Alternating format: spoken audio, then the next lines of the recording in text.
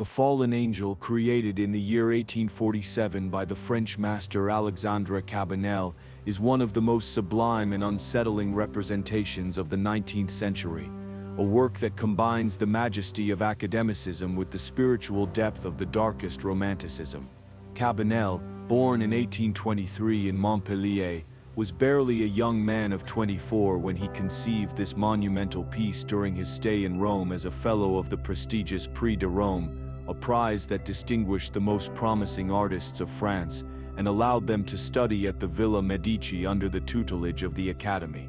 There, surrounded by the golden light of the Mediterranean and the ruins of antiquity, Cabanel developed a sensibility that would lead him to master the balance between the technical perfection of classical art and the emotional charge that characterized the romantic spirit of his time. In that context, The Fallen Angel was born, an oil painting on canvas measuring approximately 120 by 196 centimeters, and which today is preserved in the Musée Fabre in Montpellier, guarded as one of the most important treasures of 19th century French painting.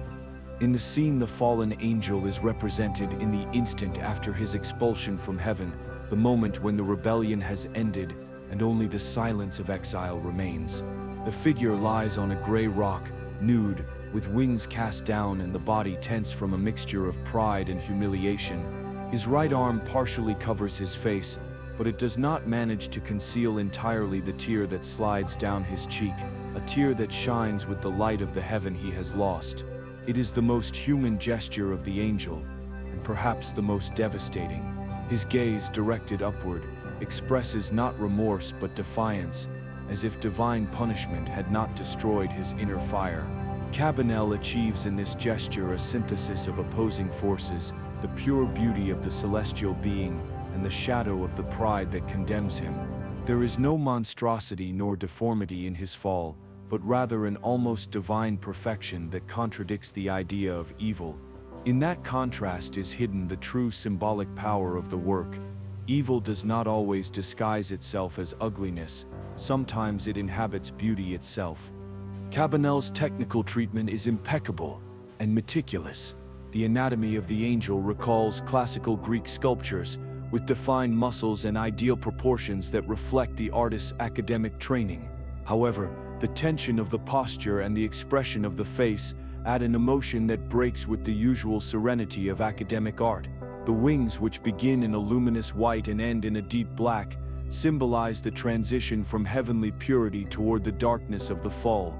The sky blue background, where small angelic figures that ascend can be distinguished, contrasts with the central figure halted on earth, creating a sensation of spiritual distance and eternal separation. That dual composition, the heaven that recedes and the angel who remains alone, embodies the drama of irreparable loss, of glory turned into solitude. When the work was presented at the Paris Salon, it provoked both admiration and discomfort. The more conservative academic critics considered the subject too provocative, for it represented a fallen angel with a sensual beauty that bordered on the human. Some branded it excessively romantic, others blasphemous, and there were those who accused Cabanel of turning the devil into an object of desire. But that mixture of rejection and fascination was precisely what consecrated his name. The fallen angel not only displayed impeccable technical skill but also conceptual boldness, transforming a religious myth into a universal metaphor about the human condition. The artist did not paint an infernal being, but a spirit in conflict, a symbol of the inner fall that we all experience when pride separates us from the divine. The symbolism of the work is deep and multifaceted. The tear represents the boundary between hubris and redemption. The black wings, the weight of forbidden knowledge. The rock, the harshness of punishment. And the luminous sky, the memory of the lost paradise. The entire painting breathes an atmosphere of sacred melancholy, where beauty is not salvation but condemnation. The choice of a male body, young and perfect, was not accidental. In an era when the male nude was rarely shown with such emotional weight, Cabanel challenged the codes of artistic decorum, granting the angel a sensuality that humanizes him. That decision gave rise to diverse interpretations, from those that saw in the painting a reflection on the vanity of pride to those that considered it an allegory of the artist himself, rebellious before the established norms of academic art. Some later critics have suggested that the fallen angel could represent Cabanel's own spirit, aware of his talent, but also of the risk of straying from the limits imposed by tradition. Over time, the interpretation of the fallen angel has changed. In the 19th century, it was read as a moral warning against rebellion and pride. In the 20th century, it began to be seen as a symbol of alienation and melancholy, the portrait of a soul that has discovered itself separated from the whole. In the 21st century, however, the contemporary gaze vindicates it as a figure of resistance, a being who, despite his fall, preserves his beauty, his fire, and his dignity. The painting is no longer contemplated as a story of condemnation, but as a declaration of inner freedom. Cabanel's angel does not beg, does not repent, does not kneel. He weeps, yes, but he maintains the pride of one who does not submit. He is a symbol of humanity itself, capable of defying heaven and of weeping at the same time for what it loses. Although there are no records of major restorations, the work has been preserved with extreme care at the Musée Fabre, since the artist's brother donated it after his death in 1889. There, under soft lighting that accentuates the paleness of the body and the moist shine of the tear, the fallen angel continues to exert its magnetism on visitors. Each generation contemplates it differently, but all recognize in it something universal, the moment when perfection breaks and reveals its fragility. There is no music, no fire, no struggle, only a suspended instant where silence weighs more than any word. More than a religious painting, The Fallen Angel is a metaphysical meditation on beauty, pain, and the loss of meaning. Cabanel does not describe a biblical scene, but a state of the soul, the awareness of the being who has looked at light too closely and has fallen for desiring to possess it. In his angel dwells the essential contradiction of existence, infinite aspiration and inevitable fall. The viewer, in looking at him, does not see a divine punishment, but his own reflection, the struggle between ambition and humility, between the desire to rise and the reality that keeps one bound to earth. That ambiguity is what keeps the work alive more than a century and a half after its creation. Thus, the angel's tear continues to shine like a jewel of pain suspended in time. It is the last vestige of light of one who was expelled from paradise, and at the same time the first spark of a new consciousness. The fallen angel not only shows the fall from heaven, but the birth of individuality, the moment when a being ceases to obey and begins to feel for himself. For that reason, Cabanel's painting transcends theology and becomes pure philosophy, visual poetry about the human condition. Because, at bottom, we are all that angel who once wanted to fly higher than light and ended up discovering that the true hell is not in fire, but in the memory of what is lost. The luminous background where other angels move away toward heaven is an open wound in the composition. It represents the world from which the protagonist has been expelled, the realm of obedience and purity. In front of it, the fallen angel is the first individual, the first who chooses. In that sense, his rebellion is not only a fault, but a birth. Cabanel, without declaring it openly, paints the moment when freedom is born from rupture. This fallen angel is not the medieval demon who inspires terror. He is a being of perfect beauty, who pays the price for having thought for himself. His posture is one of defeat, but his gaze heralds resistance. Thus, the painting becomes a reflection on the value and the punishment of autonomy, on the melancholy of one who has seen the face of truth and cannot close his eyes again. The artist achieves that balance thanks to his mastery of chiaroscuro. Light caresses the angel's body softly, as if heaven still claimed him, while the shadows of his wings envelop him in the promise of the abyss. That fusion of light and darkness becomes a metaphor for human nature, half spiritual, half earthly, condemned to belong completely to neither of the two realms. The chromatic palette, in which the warm tones of the skin contrast with the cool tones of the background, accentuates that inner tension. Every centimeter of the work is executed with an almost mystical precision. The veins that course through the arms, the moist shine of the eyes, the texture of the feathers, Cabanel does not seek realism, but transcendence. His technique, impeccable to the point of obsession, serves as a vehicle for the invisible. In the context of the 19th century, this representation proved profoundly provocative. In a France dominated by Catholicism and by a rigid morality, to show Lucifer not as a monster, but as a young man of tragic beauty, was almost a theological challenge. Conservative critics saw in the work a dangerous humanization of evil, an exaltation of the pride that had led to perdition. But that very audacity attracted the admiration of younger artists, who saw in Cabanel's angel a symbol of their own struggle against the norms of academic art.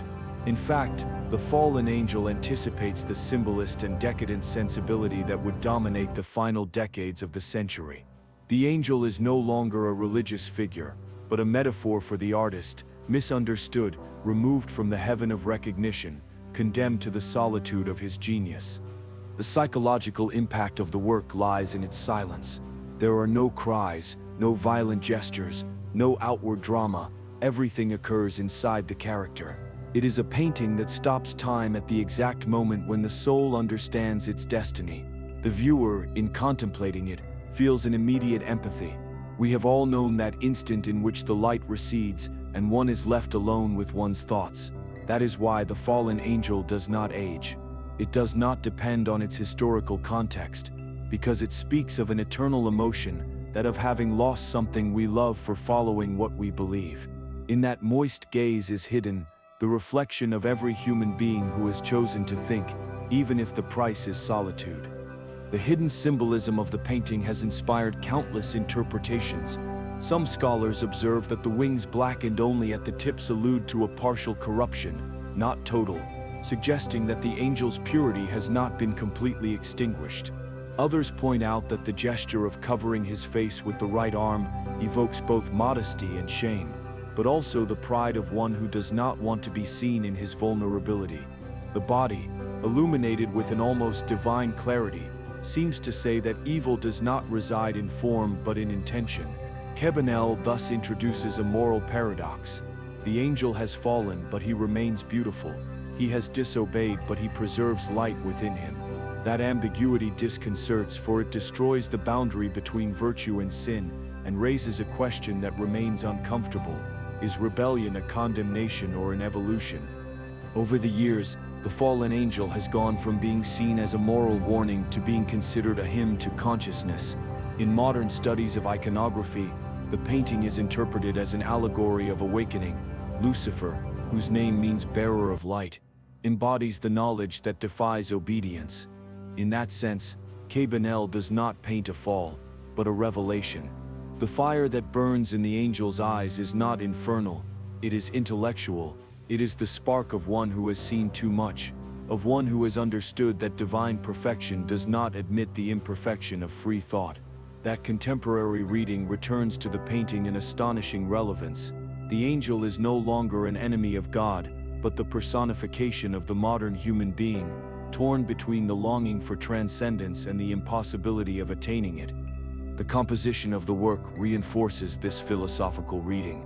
The figure occupies the exact center of the canvas, capturing all the viewer's attention. But the space surrounding it, the heaven that recedes, the inert stone, the empty horizon, creates a sensation of absolute isolation. Cabanel uses symmetry as a psychological resource.